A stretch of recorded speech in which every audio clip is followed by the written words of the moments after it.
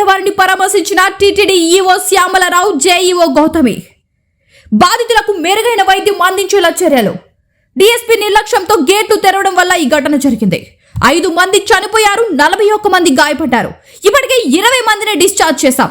మరో కొంతమందిని ఇవాళ సాయంత్రం డిశ్చార్జ్ చేస్తాం. ముగ్గురిని 3 రోజుల పాటు అబ్జర్వేషన్ లో ఉంచాల్సిన పరిస్థితి ఉంది. TTD EO Shyamala Rao, TTD board member Bhanu Prakash Reddy.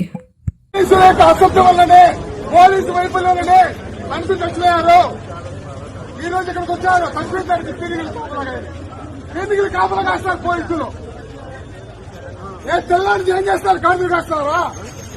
ఎందుకు లైట్ పెట్టలేదు? పోలీసు వైఫల్యమే, టీటీడీ అధికారుల వైఫల్యం, పోలీసు వైఫల్యం తప్ప ఇంకోటి పనే కాదు. టీటీడీ పోలీసు అధికారుల వల్లనే చచ్చిపోయారు. దాన్ని గేటుని తెరిచి ఉంచేటప్పుడు తీసుకోవాల్సిన ప్రికాషన్స్ తీసుకోకపోవడం వల్ల జరిగినట్టుగా అనిపిస్తుంది. ప్రిలిమినరీగా అవన్నీ డీటెయిల్డ్ ఎంక్వైరీ చేస్తే కానీ తెలియదు. ఇంజూర్డ్ అయిన పిల్గ్రిమ్స్ని పరామర్శించడానికి ముఖ్యమంత్రి గారు కూడా వస్తున్నారు ఈరోజు. భక్తులందరికీ క్షమాపణ కోరుకుంటున్నాం. నిన్న జరిగినటువంటి ఈ దురదృష్టకర సంఘటన చాలా బాధ వేసింది. భక్తులకి సమాధానం చెప్పలేని పరిస్థితిలో ఈరోజు మేము ఉన్నాం. టీటీడీ అంటేనే ఒక నమ్మకం. తిరుమల తిరుపతి దేవస్థానాలు దాదాపు 91 కౌంటర్లు ఈ వైకుంఠ ఏకాదశి, ద్వాదశి దర్శనం కోసం మేము పగడ్బందీ ఏర్పాట్లు చేయడం జరిగింది. కానీ నిన్న జరిగినటువంటి సంఘటనలో బైరాయపట్టడి కానీ, శ్రీనివాసం కానీ,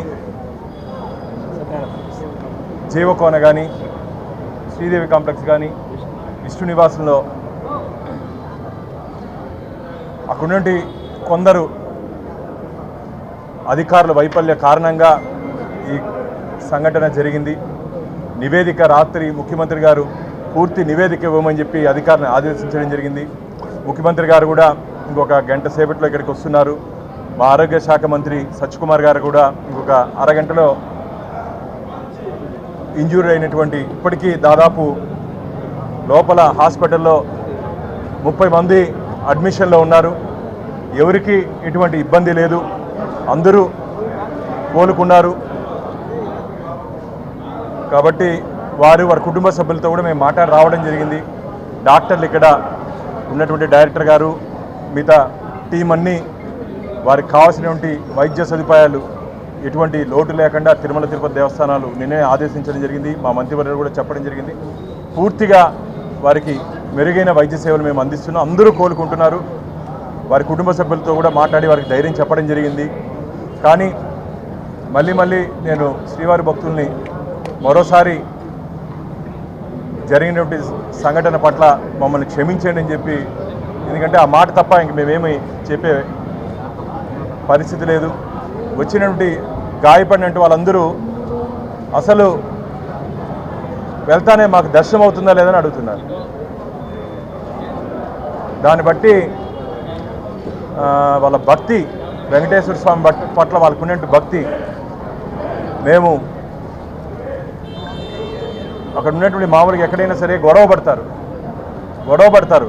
కానీ లోపల పోతే ముసలి వాళ్ళు, ఆడవాళ్ళు, పిల్లలంతా అన్న మాకు దర్శనం చేపిస్తారని అడుగుతున్నారు. అసలు అంత స్వామివారి మీద భక్తితో కొందరైతే కొన్ని 100 కిలోమీటర్లు నడిచొచ్చామేమని చెప్తున్నారు. ఈ దురదృష్టకర సంఘటన నన్ను చాలా కలిసివేసింది. అసలు తిరుమల తిరుపతి దేవస్థాన చరిత్రలోనే ఒక చీకటి రోజుగా మిగిలిపోతుంది. ఇది భవిష్యత్తులో ఇలాంటి దురదృష్టకర సంఘటనలు జరగకుండా ఖచ్చితంగా భక్తులకి మేము హామీ ఇస్తున్నాం. ఎట్టి పరిస్థితుల్లోనూ ఇది పునరావృతం కాకుండా మేము చూసుకుంటాం. కానీ వీళ్ళకి ఉన్నటువంటి వీళ్ళకి ఎటువంటి ఇబ్బంది లేదని చెప్పి మీ ద్వారా శ్రీవారి భక్తులందరికీ, ఎందుకంటే విదేశాల నుంచి కూడా ఫోన్లు వస్తున్నాయి మాకు, శ్రీవారి భక్తుల పరిస్థితి ఏమి, మీరు ఏం చేస్తున్నారని. కాబట్టి మేము రాత్రి నుంచి మానిటర్ చేస్తున్నాం. ఈరోజు రాత్రి ఉదయం 3 వరకు ఇక్కడే ఉన్నాను. వెళ్ళి మొత్తం అన్ని మానిటర్ చేసుకునేసి ఇప్పుడు వస్తే డాక్టర్లతో మాట్లాడితే ఎవరు ఆందోళన చెందాల్సిన అవసరం లేదన్నారు. కాబట్టి మీ ద్వారా శ్రీవారి భక్తులకి తెలియజేస్తున్నాను. వివిడి న్యూస్ టీవీని తక్షణమే సబ్స్క్రైబ్ చేసుకోండి. నోటిఫికేషన్ కోసం బెల్ ఐకాన్ క్లిక్ చేయండి. మరిన్ని అప్డేట్స్ కోసం ప్రతి ఒక్క కుటుంబానికి ఉచిత ప్రకటనలు వచ్చే విధంగా మీకోసం మీ ముందుకు వివిడి న్యూస్ టీవీని ఏపీ ఫైబర్ నందు 99వ ఛానల్ మరియు యూట్యూబ్ నందు వీక్షించెదరు.